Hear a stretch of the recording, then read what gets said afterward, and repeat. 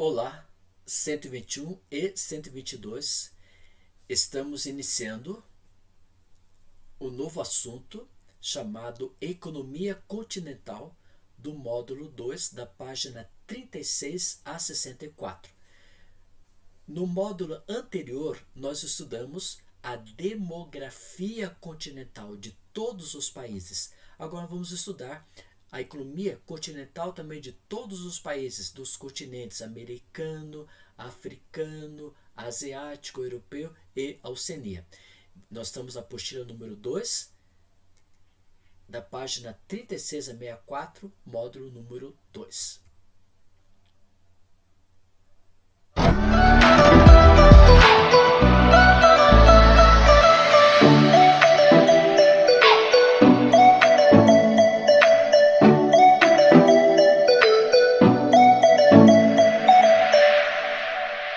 Como eu falei para vocês, nós estamos iniciando o último mês do primeiro semestre de 2020, que é o mês de junho. E estamos no dia 1º a 4 de junho, a primeira semana que estamos iniciando essas atividades, e vamos estudar então o módulo 2 sobre economia continental. Gostaria que você acompanhasse esse trabalho de hoje, acompanhando nas páginas 36 e 37 da sua apostila. Antes de começar a aula, vamos pedir a presença de Jesus através de uma oração. Muito obrigado a Deus pelas bênçãos concedidas a nós até o prezado momento. Quero convidar o Senhor Jesus para estar presente com os alunos do 121 e 122, que eles possam ter a tua paz, o teu amor, o teu carinho, possam ter um mês de junho abençoado por ti e possam entender esse assunto que vai ser falado nesse dia. Em teu nome te pedimos e agradecemos em Jesus Cristo, nosso Salvador. Amém. Bom, então vamos lá, turma. Esse assunto, primeiramente, é um assunto que nós vamos fazer uma síntese geral para depois adentrarmos na parte continental de cada uma delas. Então, nós podemos observar, por exemplo, que o espaço geográfico é formado por diversos elementos e sistemas. Esses diversos elementos são as nossas próprias atividades econômicas que nós temos. Nós temos atividade econômica primária, secundária, terciária, quaternária e quinária. E esse sistema nós podemos colocar a princípio o sistema capitalista e socialista. Depois aí, com a derrubada do muro de Berlim, adentramos no mundo hoje globalizado. E muitas vezes esse sistema pode ser um sistema aberto para a economia ou pode ser um sistema fechado para a economia. E aí vai ter essa presença de países que hoje nós dividimos economicamente, países ricos, países emergentes e países pobres. Entretanto, o sistema econômico, em suas muitas variações, atua como uma estrutura determinante para os demais aspectos da sociedade humana e até da própria natureza. Como nós podemos observar, já estamos mais de 80 dias nessa pandemia e cada um na sua casa parado, se protegendo, se cuidando da mesma.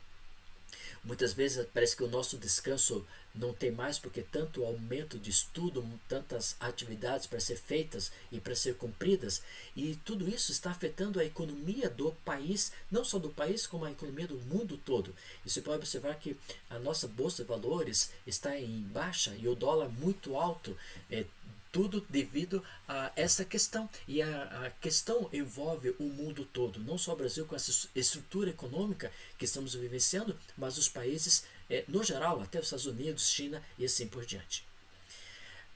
Agora, nós podemos observar que essa variação de atividade econômica que nós temos, nós podemos citar as atividades primárias, como, por exemplo, a agricultura. Essa agricultura pode ser uma agricultura de subsistência, no caso, alimentação para a própria local, agricultura de família, como nós estudamos no primeiro ano, ou pode ser uma agricultura comercial, uma agricultura moderna, uma agricultura mecanizada, voltada exclusivamente, por exemplo, para o mercado.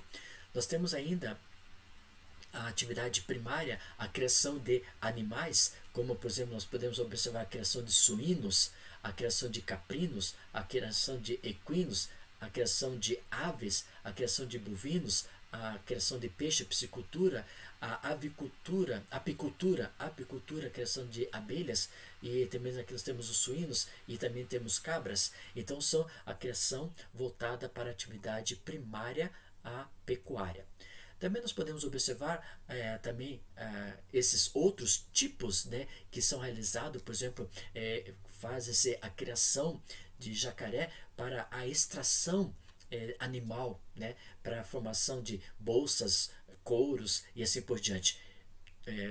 Aqui no Brasil se faz isso, mas tendo a própria proposta e o controle do governo com relação a esse tipo de criação.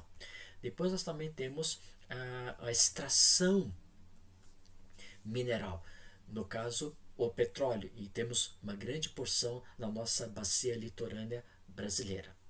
Também nós temos a extração vegetal, né? E essa extração vegetal, infelizmente, muitas áreas foram desmatadas, e ao ter esse desmatamento não teve o processo do reflorestamento, e muitas áreas estão cada vez mais se tornando desertificadas por não ter a própria espaço da vegetação. No Brasil, a proposta é que quando você derruba uma árvore, você tem que plantar 5 ou até 10 árvores naquela mesma situação. E a Klabin, que é uma indústria de produção de celulose e papel no Brasil, ela faz na sua área industrial plantação exclusivamente para o trabalho da extração da celulose e papel, não derrubando florestas, no caso, por exemplo. Depois, a segunda, tudo que nós citamos até o presente momento são atividades primárias. A segunda atividade que nós temos é chamada atividade secundária. No caso, são as indústrias, que é a transformação de matéria-prima em produtos industrializados. Depois nós podemos observar também, temos o terceiro espaço, que são atividades terciárias. Essas atividades terciárias são atividades de comércio que está ligado com o mundo todo. E aí o mundo todo está ligado através da Bolsa de Valores, né? Quando começou essa pandemia lá na China, começou a trabalhar com todas as bolsas de valores no mundo todo, e todo mundo foi influenciado por essas questões, né? Então, lá a Bolsa de Valores de Frankfurt, a Bolsa de Valores de Nova York, a Bolsa de Valores de São Paulo, a Bolsa de Valores de Sydney, de Tóquio, de Pequim e assim por diante, foram todos prejudicados por causa que essa atividade terciária é uma atividade comercial que está ligada ao mundo todo. Depois nós também temos, agora com vocês, os outros setores, como quaternário e quinário, não entram nessa questão da atividade econômica voltada exclusivamente para o estudo que nós vamos realizar, tá? Então, só por isso que eu citei a atividade primária, a secundária e a terciária. Então, primário eu falei agricultura, pecuária e extração animal, vegetal e mineral, e depois a atividade secundária são as indústrias, transformação de matéria-prima em produtos industrializados para o comércio, e a terceira atividade terciária, chamado de comércio, ligação com o mundo todo. O quaternário e o quinário, ele não cabe a esse estudo nesse momento, tá? Vamos para a página 36 e 37 e observar, por exemplo, essa questão de desenvolvimento e subdesenvolvimento, como é proposto na página 36 e 37. Então, vamos primeiro ponto que em escala mundial, conforme o contexto, são empregados termos específicos para classificar o nível de desenvolvimento dos países, o que varia de acordo com os critérios das instituições que realiza essa classificação.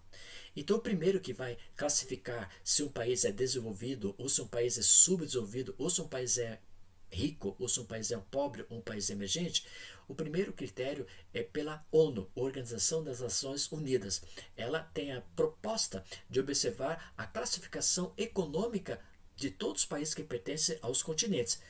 Agora, se o país não pertence à ONU, aí então a ONU não pode classificar economicamente em que estado que se encontra esse determinado país. Juntamente com a ONU faz uma parceria com FMI, que é o Fundo Monetário Internacional. E eles então vão fazer o quê? Essas listas divergentes que vão ser propostas. Pode ser de país rico, país pobre e assim por diante. Tá? E já vamos ver essa divergência que muitas vezes ocorre entre a ONU e o Fundo Monetário. Agora, no período da Guerra Fria, que nós conhecemos, né, que foi um período praticamente quase 70 anos na história, e nesse período do contexto de 70 anos da história, o mundo foi liderado por duas grandes potências, como o mundo capitalista, liderado pelos norte-americanos dos Estados Unidos, e o mundo socialista pela antiga ex-URSS, né? União das Repúblicas Soviéticas Socialista. E nesse período, ou você faria parte do contexto do mundo capitalista, ou pelo mundo socialista. E com a derrubada do Muro de Berlim, acaba com essa ideia do capitalismo e socialismo e entramos no mundo globalizado. Nesse primeiro período da Guerra Fria, que teve esse espaço de 70 anos, que foi liderado, né, pelo mundo capitalista e o mundo socialista, o mundo foi dividido em três mundos economicamente. E nós temos o primeiro mundo. Esse primeiro mundo, ele era formado por quem? Pelos países que estão situados, por exemplo, praticamente no hemisfério norte, né? E nesse hemisfério norte são aqueles países considerados ricos capitalistas, como Estados Unidos, Canadá, a maior parte dos países europeus, o Japão, por exemplo. Aí nós temos o segundo mundo. O segundo mundo são aqueles países que foram liderados exclusivamente pelo mundo chamado socialista. Cuba, a ex-URSS, Tchecoslováquia, Polônia, Hungria, Lituânia, Letônia, Estônia e assim por diante. E terceiro mundo é a mesma coisa que o primeiro mundo, só que o primeiro mundo são países capitalistas desenvolvidos, são ricos, que estão praticamente no hemisfério norte. E o terceiro mundo também são países capitalistas, só que a diferença são países pobres, exclusivamente de matéria-prima, extração da matéria-prima. E o primeiro mundo é a atividade voltada exclusivamente para a atividade industrial. E com isso, nesse período da Guerra Fria, nós tivemos essa liderança desses dois sistemas, socialista e capitalista, subdividindo o mundo em três partes. Primeiro mundo, capitalista desenvolvido, rico industrialmente. Terceiro mundo, países capitalistas, pobres, matéria-prima agropecuária. E o segundo mundo, o mundo socialista. E no mundo socialista, como era controlado pelo Estado, eles não faziam essa divisão de classe, se era rica ou pobre. Aí também nós temos o outro termo, que depois passa-se como a ideia de um país em desenvolvimento. Também é discutível, né? Discutir essa questão, pois não há uma delimitação clara de etapas do progresso econômico e social dos países, nem a determinação de um estágio a partir do qual eles serão considerados desenvolvidos. Por isso, com base em características, podemos dizer que o desenvolvimento e o subdesenvolvimento apresentam subgrupos, a fim de abranger variadas interpretações em âmbito político, econômico e social. Esses países em desenvolvimento muitas vezes são colocados como países emergentes na atual conjuntura econômica, que foi logo após o término da Guerra Fria. Lá na página número 35, quem tiver a 36, desculpe, na página 36, você pode observar como temos essa divergência quando eu falei lá, a ONU e o Fundo Monetário Internacional. Eles têm uma divergências de classificação dos países do mundo. E, no último eu coloquei ali, países em desenvolvimento. Então, isso aqui nós vamos agora detalhar na página 36 relacionado, por exemplo, à classificação. Olhando a página 36, você pode observar o seguinte: classificação dos países. Nós temos a letra A, desenvolvido, rico, industrializado, central, norte, avançado, primeiro mundo, país desenvolvido economicamente. Então você pode observar essa classificação que nós temos. Agora, nós podemos observar que o perfil econômico e social dessa localidade temos o IDH muito elevado, temos a economia industrial elevada, temos o padrão de vida social também elevado, a distribuição de renda com baixos índices de desigualdade, não vamos ter muito pobre e muito rico, né? Então vai ter essa divergência entre eles, serviços básicos de saúde, de educação de boa qualidade, acessíveis a toda a população, poder do consumo elevado e sistema de governos democráticos. Você pode ver então que para uma determinada localidade, a ONU e o Fundo Monetário Internacional e países em desenvolvimento, nós temos essa divergências de lista, né? No primeiro grupo, nós colocamos, pode ser chamado desenvolvido, rico, industrializado, até mais desenvolvido economicamente. Agora, no segundo grupo, nós podemos observar o seguinte: a letra A, subdesenvolvido, letra B, subdesenvolvido industrializado, letra C, subdesenvolvido agrário, em desenvolvimento, pobre, emergente, sul, atrasado. Imagina você falar assim, o meu país é o país atrasado, né? Economicamente, ele não está nem mais estrutura, ele é atrasado praticamente na estrutura do contexto econômico. Terceiro mundo, ou industrialização tardia ou periférico. E qual é o perfil econômico disso aí? O IDH é elevado, o IDH é médio, o IDH é baixo, né?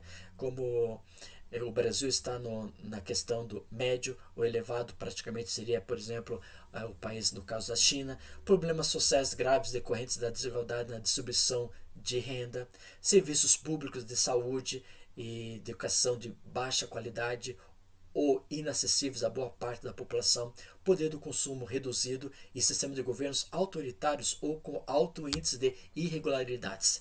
Isso forma que essa composição é uma composição de listas divergentes propostas pela ONU e pelo Fundo Monetário Internacional. Olhando essa tabela outra vez na página número 36, quem tiver a apostila pode observar na página 36 essa tabela, e nos diz o seguinte: onde o Brasil está situado nesse contexto. Então o Brasil ele é um país que está em desenvolvimento, né? E o IDH nosso é médio, nós temos agricultura agrária e também fornecemos para o mundo multinacional.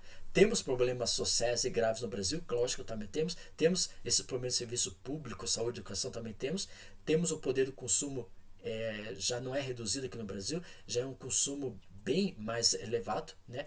E o sistema de governo do Brasil é um sistema democrático onde vai querendo ter essa proposta de economia mais elevada e mais produtiva comparada aos países do mundo, né? Fazendo associação, o Brasil, por exemplo, com os países ricos, como é o caso os Estados Unidos, fez uma parceria também econômica com alguns países europeus e com a China e com a Índia para ter, e também com o Oriente, os países da Península Arábica, para ter esse desenvolvimento da economia brasileira. Na próxima aula, nós vamos estudar com vocês o modelo capitalista dos norte-americanos, Estados Unidos. Então, na próxima aula, vamos estudar isso com vocês, que está retratado lá na página 37 da sua apostila. O que você vai colocar na plataforma do Class? Você vai colocar só o seguinte: aula assistida e pronto, final. Nós não temos nenhuma atividade a princípio disso aí, porque nós fizemos uma síntese geral, e aí nós vamos, quando conversarmos, explicarmos o conteúdo dos continentes sobre a economia, aí sim nós vamos ter atividades para ser posta na plataforma do eClass. Mas a princípio você vai só colocar como aula assistida. Tá? Como aula assistida. Eu quero agradecer pela sua atenção. Dá um like lá no vídeo, né?